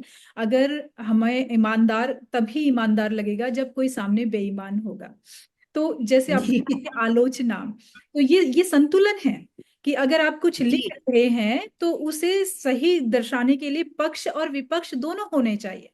तब जी जाकर एक बिल्कुल संतुलित चीज आपके सामने आएगी, और वही संतुलित दर्पण जो है समाज को सही मायने पर एक सही आईना दिखा सकेगा, अक्ष दिखा सकेगा समाज का। जी तो ये जी संतुलन सही। बनाना बहुत बहुत जरूरी है। तो पक्ष है तो विपक्ष होना भी उतना ही लाजमी है, और उतनी ही न्यायप्रिय तरीके से लिखना चाहिए, उसमें आडंबर नहीं होना चाहिए। जी, जी बिल्कुल। जी बहुत सही सही बात बात। कही आरती जी आपने। और ये बहुत जरूरी है कि संतुलन हर चीज में जरूरी है। तो आप जब भी देखें कि समीक्षा हमें लिखनी है, तो समीक्षा को समीक्षा के तौर पर ही लिखें, ना कि सराहना के तौर पर लिखा जाए उसे। जी आलोचना जी है बिल्कुल। तो उसे आलोचना के रूप में ही लिखें। जी। तो मैं आपसे ये जानना चाहूंगी कि युवा पीढ़ी में हिंदी भाषा के प्रति आकर्षण बढ़ाने के लिए किन ठोस कदमों की आवश्यकता है। भाषाएं बहुत हैं, सभी अपनी भाषाओं से जुड़े हुए हैं, और हर भाषा अपने आप में एक मुख्य भूमिका निभाती है। हम हिंदी की बात करते हैं क्योंकि हम हिंदी से जुड़े हुए हैं। तो हमारी जो आने वाली पीढ़ियां हैं, वो जिस तरह का माहौल कुछ सालों से रहा है, तो ऐसा रहा है कि हिंदी के ऊपर भी प्रकाश डालने की जरूरत पड़ गई है। जैसे कि आपने कहा कि साहित्य के ऊपर, सही साहित्य के ऊपर प्रकाश डालने की जरूरत है, तो अभी तो फिलहाल भाषा के ऊपर ही प्रकाश डालने की जरूरत है। तो आने वाली पीढ़ियों का क्या एक्शन रिएक्शन रहेगा, मैं आपके नॉलेज के हिसाब से, आपके ज्ञान के हिसाब से जानना चाहती हूँ। जी अनुसुईया जी, सबसे पहले तो ये जो काम है हमें हिंदी भाषा के प्रति आकर्षण पैदा करने का, वो हमें घर से शुरू करना चाहिए। सबसे पहले तो हम अपनी भाषा को अपने घर में अपने बच्चों को पढ़वाएं, अपनाएं। जैसे कि मैंने तो आपको अपनी ही बेटी का एग्जाम्पल भी दिया, उसे मान दें, उसे खुलकर बोलें। दूसरी भाषाएं सिखाने से परहेज नहीं करना है, क्योंकि उससे तो किसी भी व्यक्ति बच्चे की ज्ञान में भी वृद्धि होती है और दूसरी संस्कृति, दूसरे विचारों का आदान प्रदान भी होता है। तो लेकिन अपनी भाषा, अपनी हिंदी सिखाने पर पूरा गर्व महसूस करें, उसमें कहीं भी अपने आप में हीन भावना ना आने दें कि हम हिंदी बोलते हैं। अपने धर्म ग्रंथों से हम अपने बालकों को परिचित कराएं। तो हिंदी भाषा तो हम जब घर में सिखाएंगे और हम विद्यालयों में सिखाएंगे तो भाषा तो बच्चा सीख जाएगा, लेकिन भाषा कभी भी अकेली नहीं आती, वो एक संस्कृति से जुड़ी हुई होती है। तो अपने धर्म ग्रंथों से, उनकी महानता से बाल्यावस्था से ही हम बच्चों को परिचित कराएं। इस समय जो बच्चे ज्ञान अर्जित करते हैं या जो भाव अर्जित करते हैं, वो उनके अधिक गहन और स्थायी होते हैं, वो मन मस्तिष्क पर गहरा असर डालते हैं। और अपनी भाषा में ज्ञानार्जन की सुविधा हो, जो कि हमारी नई शिक्षा नीति कहती तो है, लेकिन अभी तक वो हम लागू नहीं कर पाए हैं पूरी तरह से। और सबसे महत्वपूर्ण बात जो है कि हिंदी भाषा में अधिक से अधिक रोजगार की उपज हो। तो बिल्कुल। वो रोजगार से जुड़ी हुई जब रहेगी, तो उसे अपनाना और उसके प्रति आकर्षण, वो कहना चाहिए कि वो जिसे हम इंग्लिश में ट्रिपल डाउन इफेक्ट कहते हैं ना, तो वो ऊपर से जब हम उसको मजबूती देंगे तो वो नीचे तक अपने आप मजबूत होना उसकी मजबूरी हो जाएगी। और वो सब इसे सहजता से अपनाएंगे, क्योंकि उन्हें पता है कि ये बहुत उपयोगी भाषा है और उनके लिए जी। ये अर्निंग का साधन बनने वाली है। आरती जी, बहुत अच्छी बात आपने कही, और इसी विचार से मेरे मन में एक प्रश्न पौधा है जो कि अभी अभी मैं आपसे पूछना चाहती हूँ कि प्रवासी तो बहुत मेहनत कर रहे हैं हिंदी को लेकर, मतलब आगे बढ़ा रहे हैं, हिंदी में लिख रहे हैं, बच्चों को भी अपनी हिंदी की भाषा को दे रहे हैं।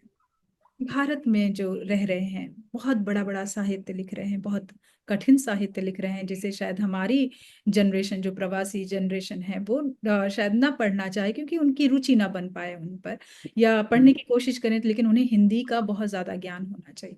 लेकिन किसी किसी क्षेत्र में भारत के कुछ ऐसी जो बातें भी हो रही हैं कि हिंदी बोले तो आपको मतलब कमतर समझा जाता है, या कहते हैं हिंदी बोलो ही मत, हमारी अपनी राष्ट्र जो नेशनल, जो हमारी स्टेट की भाषा है उसे बोलना चाहिए। तो ये जो चीजें भारत में हो रही हैं, तो इसके प्रति आपकी कैसी भावना है। देखिए, ये आपने बिल्कुल जो प्रश्न उठाया, ये बिल्कुल हम देख रहे हैं, रोजमर्रा में हो रहा है। लेकिन जो कहना चाहिए कि विपरीत स्थिति जो है वो ये है कि जो लोग ऐसी आवाजें उठाते हैं कि हिंदी का बहिष्कार करते हैं, वही लोग जब अपने स्टेट से बाहर किसी दूसरे स्टेट में कदम रखते हैं, या मैं कहूँ कि भारत से बाहर किसी देश में कदम रखते हैं, तो उनको वो हिंदी ही काम आती है। अब यहाँ पर जो हमारा यूएई देश है, ये ज्यादातर यहाँ पर जितने भी भारतीय हैं, अगर हम उन भारतीयों में देखेंगे तो जो केरल के निवासी हैं वो सबसे ज्यादा हैं। तो लेकिन वो केरल के निवासी भी जब दूसरे लोगों से कनेक्ट करते हैं, दूसरे लोगों से जुड़ते हैं, तो जितनी भी उन्हें टूटी फूटी हिंदी आती है, वो उसके माध्यम से दूसरों से जुड़ पाते हैं, ना कि मलयालम के माध्यम से। तो ये इस महत्ता को, ये हम कहेंगे ना कि जैसे कुएं का मेंढक बस उतना ही दुनिया को जानता है जो उसका कुआं है, उसे पता ही नहीं कि उस कुएं से जी, बाहर भी इतना बड़ा समुद्र क्या है। संसार है, जी, पूरा समुद्र। क्या है दुनिया, क्या है। और हिंदी भाषा जो कि इतनी मतलब सरल और सहज है और ग्राह्य है, उसके उसकी तुलना में जो अन्य भारतीय भाषाएं हैं वो अधिक कठिन हैं। और उनको सीखना समझना, मतलब आप वैसे ही देख लीजिए कि एक हिंदी की शिक्षा न होते हुए भी जो दक्षिण भारतीय लोग हैं वो हिंदी टूटी फूटी बोल भी लेते हैं और समझ भी लेते हैं, और जबकि एक हिंदी भाषी के लिए कोई भी दक्षिण भारतीय भाषा समझना बोलना आसान नहीं है, दो चार शब्दों से आगे उसको कुछ ज्ञान नहीं हो सकता। उनकी तो लिपियां हिंदी इतनी की अलग उस है कि नहीं समझ में आती हैं। उनकी नहीं लिपि। समझ में आती है जी। तो ये इसी चीज का इसका उन ये बात उन्हें समझनी चाहिए, और इसकी जो सार्वभौमिकता है, अब विदेशों में भी इतनी लोकप्रिय हो चुकी है, तो उस बात का जब तक वो संज्ञान नहीं लेंगे, तो इसको तो मैं यही कहूंगी कि जो मैंने कहा भी, कूप मंडूक जिसे हम कहते हैं, जी, जी, जी। जब तक वे बाहर नहीं निकलेंगे शायद उनके लिए भी समझना मुश्किल होगा। तो मुझे ऐसा लगता तो है कि इसे राजनीति का मुद्दा ना बनाकर इसे अपना स्थान दे देना चाहिए। हिंदी को जब अपना स्थान मिल जाएगा तो इस तरह की घटनाएं होंगी ही नहीं। ये घटनाएं जी, बिल्कुल हो रही है बिल्कुल। क्योंकि वो अपने स्थान पर अभी विराजमान नहीं है। आप अभी राजभाषा, विराजमान नहीं है, और राष्ट्रभाषा हम बन। कोई भी चीज लादते नहीं हैं जो जी, हमारे भारत का, तो थोड़ी स्वतंत्रता के साथ, लिबर्टी के साथ हम कोई कानून या कोई चीज लाते हैं तो उसमें फिर विरोध भी होते हैं। और जबकि जो एक तमिल भाषी है, मलयालम भाषी है और तेलुगु भाषी है, वो कभी भी अपनी भाषा तो बोलेगा ही, उसके साथ दूसरी भाषा सीखेगा। जैसे कि हमारे बच्चे यहाँ पर हिंदी तो बोल ही रहे हैं, उसके साथ में कोई और भाषा सीख रहे हैं और अरबी भाषा भी सीख रहे हैं। तो अरबी भाषा सीखने का ये अर्थ नहीं है कि वो अपनी हिंदी भूल गए हैं। तो बिल्कुल इसी बिल्कुल। इसी तरह से अगर हिंदी सब जगह लागू होगी, तो कम से कम हम अपने देश की एक राष्ट्रभाषा का को बिल्कुल को पहचान दे पाएंगे, उसका नाम कर पाएंगे। क्लियर होगा कि हाँ भाई ये हमारी राष्ट्रभाषा है। बाहर जाकर भी अगर हम सारे भारतीय एक साथ मिलेंगे तो एक भाषा होगी हमारे पास बोलने के लिए। ऐसा नहीं है कि हमें जी इंटरनेशनल लैंग्वेज में ही बात करनी होगी, हमारे पास है कि हम अपनी जी, भाषा भारतीय। हमारी अपनी भाषा होगी जिसमें हम वार्तालाप कर सकें बिल्कुल सुविधा से। जी। बिल्कुल। बहुत सुंदर डिस्कशन जा रहा है। तो किन साहित्यकारों या कवियों का आपके लेखन पर गहरा प्रभाव पड़ा है और क्यों? जो भारतीय साहित्यकार हैं या प्रवासी साहित्यकार हैं, किनका लेखन आपके मस्तिष्क पर ज्यादा प्रभाव डालता है? जी अनुसुईया जी, क्योंकि वैसे तो ये मेरा लेखन पढ़कर कोई पाठक हैं तो वो ज्यादा अच्छी तरह बता पाएंगे, लेकिन जैसे मैं स्वयं साहित्य की छात्रा हूँ, तो मैं तो जिनको भी मैंने पढ़ा है सभी की सराहना और प्रशंसा करती ही हूँ। और लेकिन मैं सदा से ही जो कहानी लेखन, क्योंकि मैं अपने आप को गद्य लेखक मानती हूँ या कहानी उपन्यासकार मानती हूँ, कविताएं बहुत कम लिखती हूँ मैं। तो मैं प्रेमचंद से बहुत प्रभावित हूँ। मतलब मेरे ख्याल से मेरे पास प्रेमचंद का पूरा संकलन है, सभी कहानियां हैं मेरे पास, और मैं कई कई बार पढ़ चुकी हूँ उनको, और उपन्यास भी लगभग सारे ही पढ़े हुए हैं। तो उसके अलावा यशपाल, निर्मल वर्मा, इनकी कहानियां भी मुझे बहुत बहुत पसंद आती हैं, बहुत मेरे मन के करीब रही हैं। और जो स्त्री लेखिकाएं हैं या कहानीकार हैं, जैसे मन्नू भंडारी, शिवानी, और इनको भी मैंने बहुत पढ़ा है और मैं बहुत पसंद करती हूँ। और आधुनिक लेखिकाओं में मालती जोशी जी की कहानियां, मैत्रेयी पुष्पा की कहानियां, इनकी भी मैं बहुत बड़ी प्रशंसक हूँ। और बहुत सारे समकालीन जो प्रवासी साहित्यकार हैं और या भारत के साहित्यकार हैं, मैं उनको भी लगातार पढ़ती रहती हूँ। और अच्छी कहानियां हमेशा, कहना चाहिए कि वो एक असर डालती हैं, दिल पर छप जाती हैं। तो ये तो नहीं कहती मैं कि मैं प्रयास के साथ उस कहानी में से कुछ अपने लेखन में यूज करती होंगी, लेकिन कहीं ना कहीं वो आपकी भाषा को निर्मित करने में, आपके भावों की अभिव्यक्ति को निर्मित करने में अवश्य सहायता करती होंगी। तो कुछ प्रभाव उनका जरूर लेखन में आता ही होगा, जो कि पाठक ज्यादा बता पाएंगे। जी जी। बिल्कुल, बहुत खूबसूरत। तो आप मुझे ये बताएं कि आपकी रचनाओं में मानवीय संवेदनाओं की अभिव्यक्ति किस प्रकार आकार लेती है? जी, ज्यादातर रचनाएं वो मानवीय संवेदना पर ही हैं। और वैसे अप्राणीवाचक भी बहुत लेखन आजकल, कहना चाहिए कि फैशन में है। और पर इस तरह की मेरी कोई इक्का दुक्का ही रचना होगी, ज्यादातर मानवों के इर्द गिर्द ही चलता है। तो और और भी कुछ आप जैसा गुणी जानकार तो कुछ बता पाएगा इस बारे में। तो कुछ तो संवेदनात्मक अभिव्यक्ति के लिए मेरा जो प्रयास रहता है, उपमानों का प्रयोग करना या उत्प्रेक्षाओं का प्रयोग करना, कुछ प्रतिमानों का निर्माण करना, ऐसा ऐसा मेरी कोशिश रहती है, ऐसी जिससे कि किसी स्थिति से साम्यता दिखाकर और जो मन के भाव हैं उनको अधिक, कहना चाहिए, रूप से अधिक प्रभावी रूप से उनको संप्रेषित किया जा सके, ऐसा ऐसा प्रयोग करना मतलब मुझे पसंद है। और जैसा कि मेरी पुस्तकों पर कुछ शोध कार्य हुए हैं, तो उनसे भी मुझे पता चला है कि मेरी कहानियों में और उपन्यासों में इसकी बहुत सराहना भी हुई है। और विशेषकर जहां मानवीय संवेदनाओं का प्रक्षेपण है, तो मुझे प्रकृति के माध्यम से उसको चित्रित करना, ये मुझे बहुत अच्छा लगता है। तो कहीं ना कहीं प्रकृति का मानवीकरण और मानवीय क्रियाकलापों का नैसर्गीकरण, ये मैं कहती हूँ कि मेरी रचनाओं में प्रमुखता से स्थान लेते हैं। और आपको अगर मैं एक छोटा सा मैं एक उदाहरण एग्जाम्पल, करना चाहूंगी आपसे। मैं हाँ, मैं आपको उदाहरण बताती हूँ। ये मेरे सामने है मेरा उपन्यास रितंबरा के 100 द्वीप, और इसका पहला चैप्टर जो है, पहला ही चैप्टर अस्तो माँ सदगमय यहाँ। और ये शुरू होता है सन 1967, 1967। रितंबरा काले रंग के एक जहाज पर सवार थी।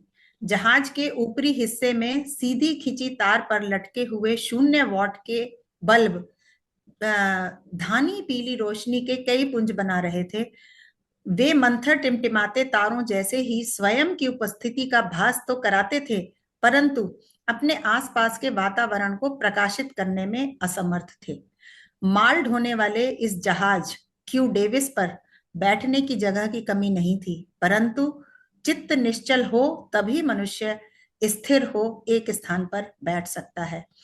20 बड़े माल गोदामों के माल से भी ज्यादा का माल अपने उदर में समेटे क्यू डेविस के बाहरी काले रंग का असर था, या अमावस्या की गहरी रात्रि का, कि रितंबरा के हृदय के तमस के घेरे ज्यों के त्यों बुलंद थे।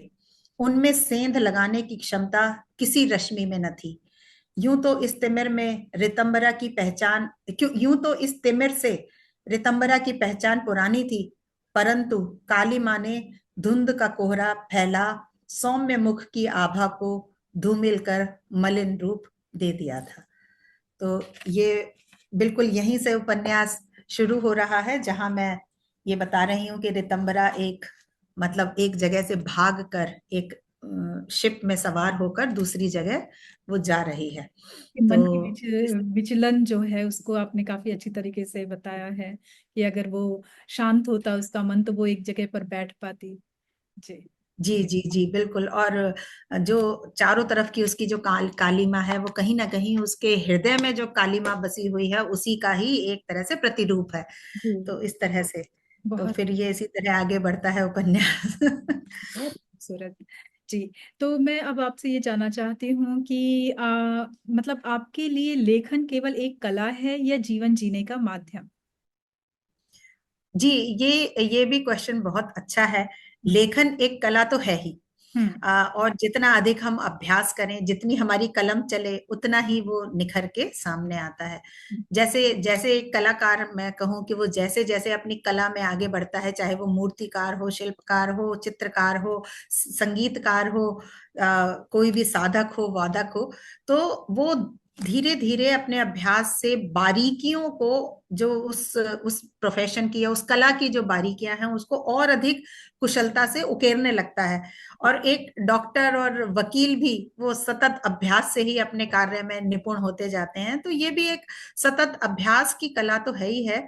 लेकिन जैसे मैं अगर अपने लिए कहूं, तो देखिए, लेखन अभी जीविका का माध्यम तो रहा नहीं है। पहले तो प्रेमचंद के जमाने में तो जीविकोपार्जन इसी से ही करते थे, हालांकि वे लोग भी मुफलिसी की जिंदगी जीते थे। तो जीविकोपार्जन के लिए तो कुछ दूसरा काम करना पड़ता है। लेकिन लेखन जो मैं कहूँ तो मेरे लिए, मैं एक आती जाती श्वास के समान है, जिसमें भूख प्यास नींद के अलावा ये भी एक आवश्यक क्रिया है। तो यानी प्रतिदिन मुझे लगता है कि कुछ ना कुछ थोड़ा सा लिखना जरूर चाहिए। और मैं इस श्वास में आने और जाने दोनों की प्रक्रिया को शामिल करती हूँ। तो जिसके लिए मैं कहूंगी कि लिखना और पढ़ना, दोनों। क्योंकि लिखना श्वास जाना और श्वास आना, तो पढ़ना, तो दोनों का काम जो है वो मेरे लिए लेखन है।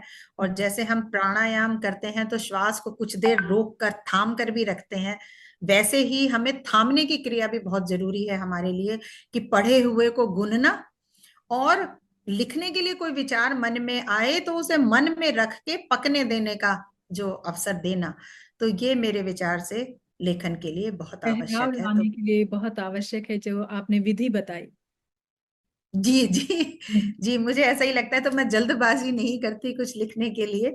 और कोई विचार है तो उसे भले ही मैं एक एक पंक्ति में लिख के या नोट करके छोड़ दूं, लेकिन जब तक वो पक ना जाए तब तक मैं उसे कागज पर पूरी तरह नहीं उतारती। जी अति सुंदर। जी। आरती जी, आगामी वर्षों में आपके साहित्यिक एवं सांस्कृतिक लक्ष्य क्या हैं? जी, अनुसुईया जी, जैसे धीरे धीरे जब लेखन किया और बहुत सारी अन्य संस्थाओं से जुड़े, बहुत सारे कार्यक्रमों से जुड़े, तो फिर जो एक आवश्यकता लगी, तो यहाँ पर मैंने एक वागीश अंतर्राष्ट्रीय संस्था की स्थापना की। तो वागीश संस्था ने फिर अन्य कई संस्थाओं से मिलकर और कई विश्वविद्यालयों से मिलकर भी कार्य किए। और अभी अभी हाल ही में हमारा आगरा विश्वविद्यालय के साथ भी कॉन्ट्रैक्ट हुआ है कि उनके कार्यक्रमों में हमारी संस्था सहयोग करेगी यूएई से। तो यूएई में अन्य जो संस्थाएं हैं उनसे भी हम जुड़े हुए हैं, और इस संस्था के माध्यम से विश्व की और भारत की कई संस्थाओं से भी जुड़े हुए हैं। तो एक तो जो हमारा साहित्यिक लक्ष्य, अपना पर्सनल लेखन तो है ही, वो कुछ पुस्तकें तो हमेशा कतार में रहती ही हैं, एक आध पुस्तक निकल जाए तो कुछ और लेखन कतार में आ जाता है। तो वो लक्ष्य तो है ही। इसके अलावा जो साहित्यिक लक्ष्य की अगर मैं बात करूं, तो पिछले 2 वर्षों से हम वाकीश संस्था की ओर से ये योजना चलाते हैं कि हम जो अप्रकाशित पांडुलिपियों को आमंत्रित करते हैं।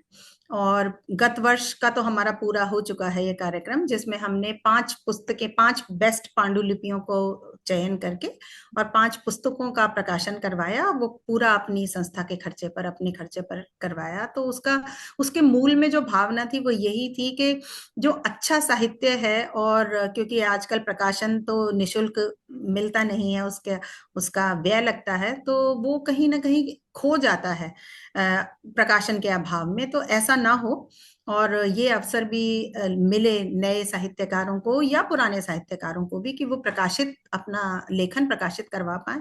तो इस कार्य को और आगे बढ़ाने की, एक तो लगातार चलाने की, और उसमें कुछ कहना चाहिए परिमार्जन करके, उसमें कुछ बदलाव करके उसको अधिक उपयोगी बनाने का जो एक लक्ष्य है वो है। और क्योंकि मेरी तो संस्कृति हिंदी है और भाषा हिंदी है, तो वही मेरे सांस्कृतिक लक्ष्य, इसको मैं अपना सांस्कृतिक लक्ष्य भी मानूंगी। तो बस ये साहित्य सृजन तो जो है वो तो किसी लक्ष्य से अधिकतर बंधा हुआ नहीं है, वो तो अपनी चंचल नदी के समान चलता रहता है और अपना रास्ता ऐसा बनाता लगता रहता नहीं है। है, उसे रोका नहीं जा सकता। उसे रोका नहीं जा और सकता। मुझे भी हाँ, ठीक लगी जी। जब तक ईश्वर ने हाथ और दिमाग दोनों का कोऑर्डिनेशन बनाया है तो वो चलता रहेगा। और बाकी अपने संस्था के माध्यम से कुछ एक नवोदित लेखकों को हम मंच प्रदान कर सकें, उनको उनमें कुछ आत्मविश्वास भर सकें, उन्हें प्रकाशित व पुरस्कृत करना अनवरत जारी रखें। तो ये एक लक्ष्य हमारा है, और अगर समय रहा तो कुछ और भी परियोजना पर हम कार्य कर सकते हैं। हिंदी दिवस पर भी हमने लघु कथा प्रतियोगिता आयोजित की थी, तो उसमें करीब 180 उसमें लघु कथाएं आई थी।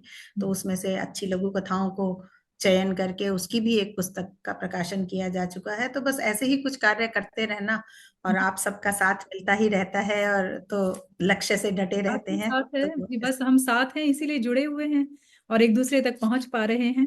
जी, बहुत जी जी। शुभकामनाएं आपको। तो मैं वीएसएस सिंगापुर के मंच पर आपकी उपस्थिति को आप किस भाव से अनुभव कर रही हैं और इस अवसर को आप अपने जीवन में किस महत्व से देखती हैं?